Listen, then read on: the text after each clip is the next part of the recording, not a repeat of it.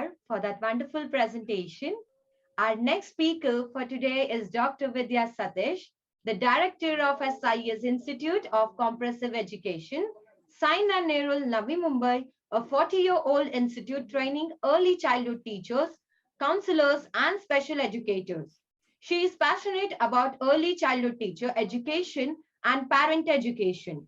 She has been a trainer for more than 2 decades, conducting motivational and ECE curriculum-related workshops for students, along with teacher and parent empowerment workshop. Qualitative research is another area of interest, having presented more than 30 papers in international and national conferences with profound emphasis on ICT in education, various aspects of teacher and counseling education, and inclusive practices. She's an executive committee member of Association for Early Childhood Education and Development, both in National Committee and Mumbai chapter. Vidya believes in Dr. M. Ginnott's quote, children are like wet cement. Anything that falls on them makes an impression. A topic for today's presentation is NEP 2020 and its implication on the foundational years. Over to you, ma'am. Good morning, everyone. I hope I'm audible.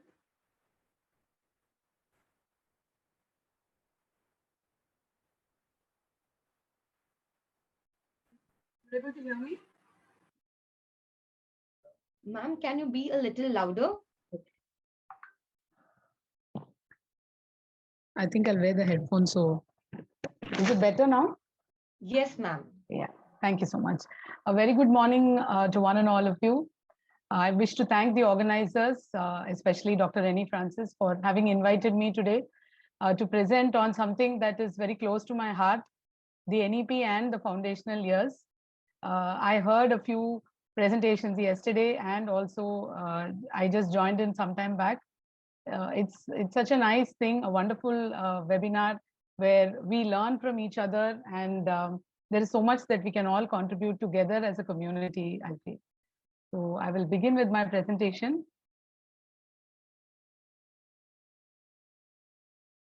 If you can just give me a minute.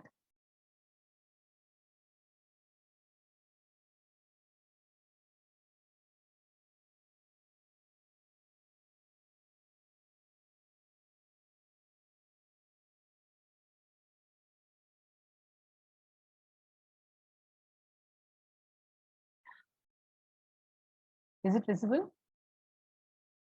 Thank you so much.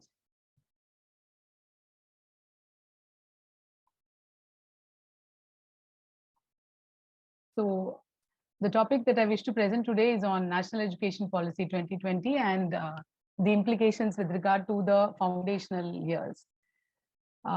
We all know that educational policies are comprehensive framework which helps us to guide education systems in our country. And a new national education policy often comes along once in few decades. We have had three earlier, one in 1968 and one in 1986, then the plan of action in 1992.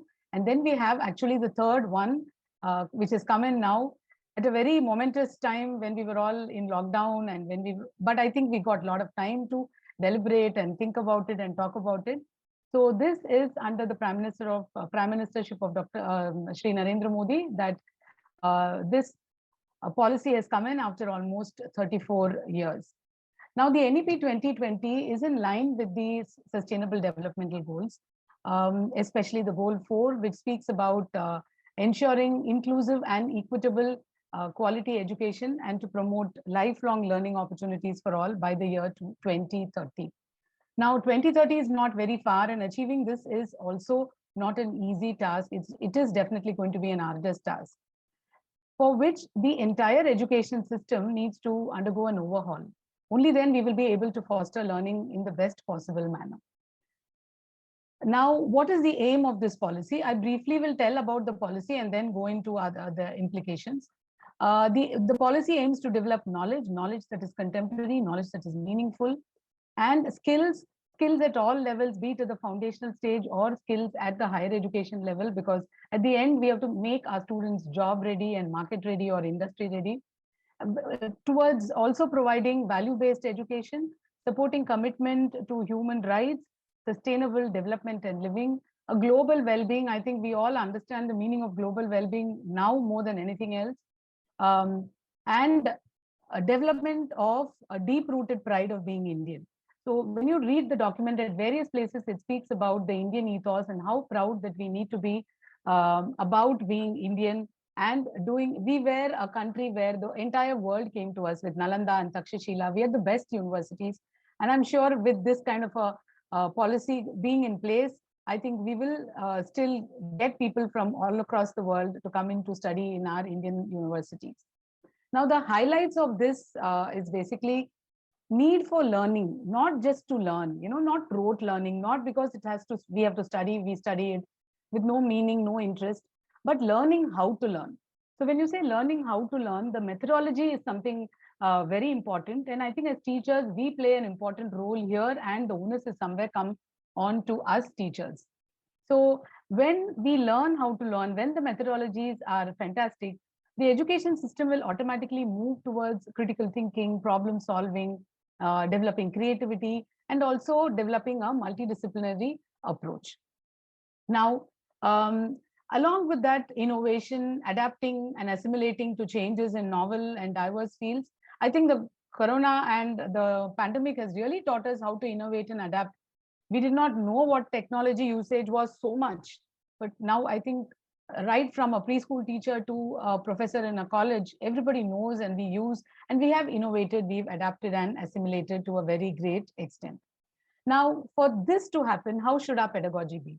It should be experiential, it should be holistic, subjects must be integrated, a lot of questions asked so that it is inquiry driven, and the discovery, the hands-on approach that the class has to follow, and making it more learner-centered rather than subject-centered or teacher-centered, having lots and lots of discussions and flexibility in the curriculum. When the pedagogy is this kind of a pedagogy, learning will be fun and children would love to come to the classrooms. So what will this lead to? Finally, this pedagogy will lead to a well-rounded learner. Now, what type of a learner? A well-rounded learner who is very ethical, knowing the right from the wrong, caring not only for the self, but also for the environment, for the community, having rational thinking, being very compassionate, and getting job ready, because that's at the end, the final goal of whatever that we teach in our classes. Now, the vision of this policy is giving highest quality, equity, and integrity into the educational system. And this will start from early childhood care and education to higher education. So it's a spectrum that is thought of, very well thought of, we should say. And by the year 2040, our educational system should be second to none, is what the policy envisages, and it should be affordable and equal. So equality, equity, and affordability are the three main things that is also being envisaged through this policy. Now, we all know that we have heard, we have read, we've attended webinars that spoke about NEP. So the school education system is going to have an overhaul. So from the 10+2, now it is moved on to 5+3+3+4. Now the 5 is the foundational years of which I wish to speak today. It will be multi-level. So there are 2 levels in that, where the preschool is for 3 years and then 2 years is class 1 and 2. And all the 5 years clubbed together as the foundational years. Now, what is it that is so fascinating for an early childhood teacher educator like me? It is for the first time that we've been included in a national level policy. It is for the first time early childhood education has been looked upon as a very important age. The policy speaks so well about the foundational years, and it says that we need to look at foundational years as a continuum. When you say continuum, from the preschool till the primary, the class 2 level, it has to be one continuum. Oftentimes what happens is the preschool teacher feels that they do a lot of play-based activities, activity-oriented learning, and when they go to first and second, it becomes reading, writing, and very formal education, and there's no fun, there's no joy. This is what the preschool teacher thinks. The primary teacher thinks that we have to do so much with these children because they've only had fun, they've only danced and sung and all that in the preschool, and in primary we are finding it difficult to make them read and write. The 3 hours get a bit difficult, but we must not be working like that in compartmentalized type of an education. We need to come together. There has to be synergy, and the teaching team has to be together from the preschool till class 1 and 2, and like that every stage. Since I'm talking about the foundational years, we have to look at it as a continuum. So from the preschool till class 2, it is considered to be one. So whatever learning outcomes that you plan in class 2, it has to step down, and it has to see to it that from nursery we take it up. And also that this policy speaks a lot about the cumulative brain development, which happens before age 6, which is around 85% of the development is complete. At different places, this policy very beautifully says that this is the foundational stage. It's like the foundation of a building. If the foundation is not okay, what happens to the building? So every step, if this is not taken care of, every step is going to be a problem. And I think that realization has come in finally, and we are glad it has come in because it is now going to be implemented. And though in urban cities like where we live in Mumbai, quality access to early childhood education is not difficult, but across the country, when you see, it is a privilege of few. So what is important is by the time by 2030, we have to see to it that the children are school ready and they are ready with the skills that are required to handle class 1 and 2 and later education. So how should the learning in the early years be, in the foundational years be? It has to be something which is flexible, multifaceted, different levels. So you have activities based on the preschool age, as well as activities that are based on class 1 and 2, which is play-based activities and inquiry-based learning. So children get to learn alphabets, languages, number, counting, colors, shapes, indoor and outdoor activities, puzzles, music and movement, creative arts, puppetry, everything making the learning process very fun and meaningful. When all this happens, holistic education is definitely bound to happen. So when you plan the pedagogy for the early childhood years, it is based on the latest researches. It is based on the best practices that are happening nationally and internationally.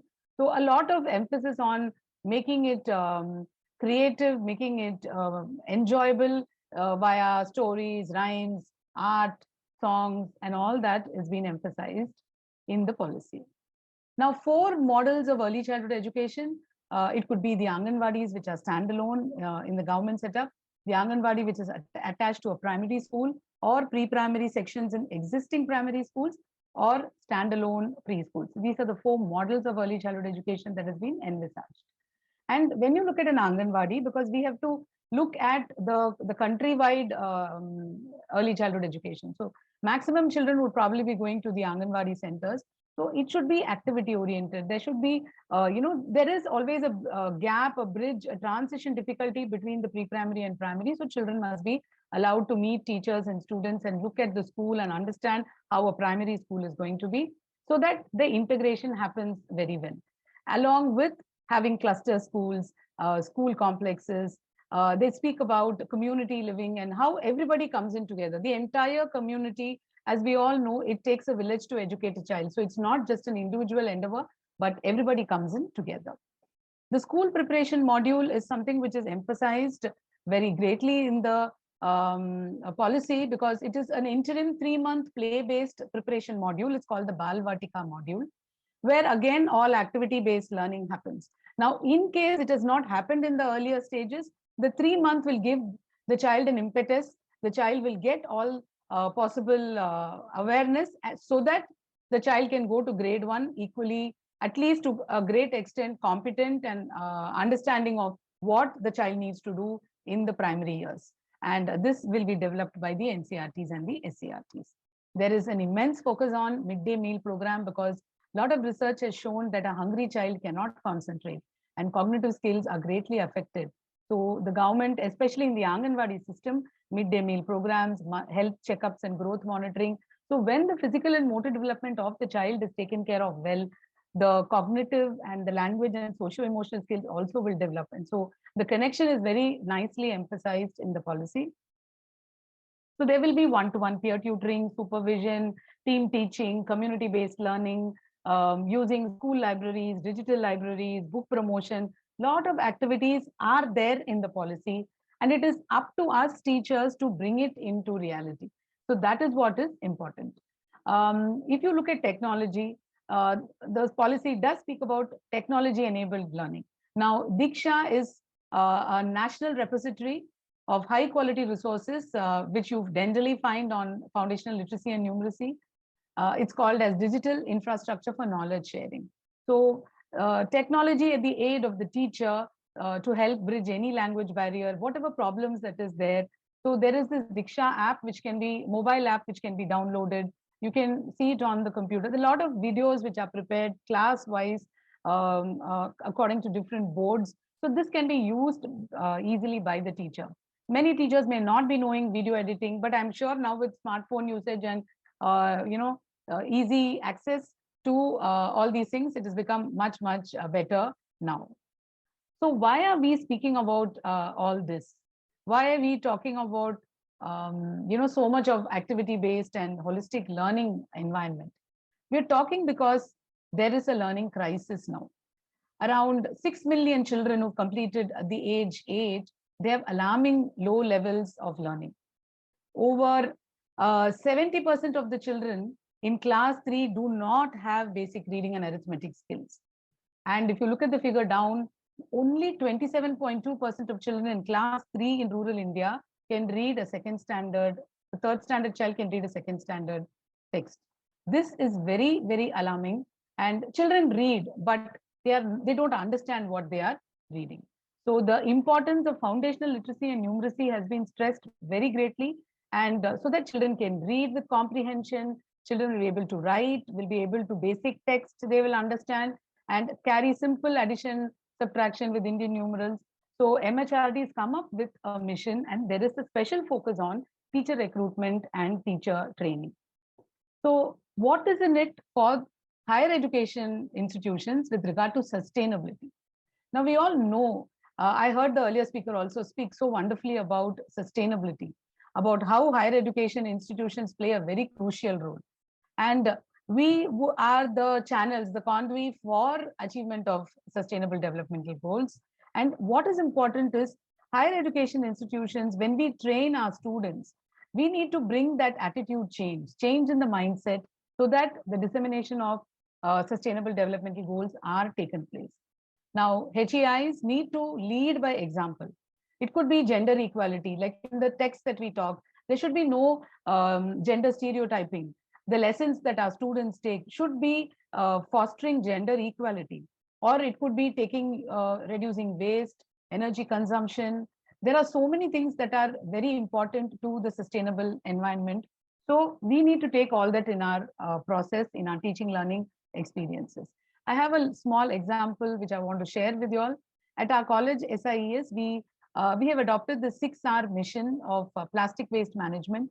So 2 of my teachers have been recruited as 6R warriors, and they have been conducting orientations not only to the staff but students across, and telling them about plastic waste management, especially about the single-use plastic, which is going to be banned shortly. So as our campuses are aiming to become plastic free, so we do this. And also that the puppet shows that we had last week, these are pictures of that, where the students did puppet shows on waste management, saying no to plastic, taking care of sea animals and the impact it has on because of plastic disposal in water bodies. So these kind of things, when the student teacher learns, she will be in a position to pass it on to the children. The other thing is having a culture of research. I'm sure that is also one of the topics the themes that is being discussed in this webinar.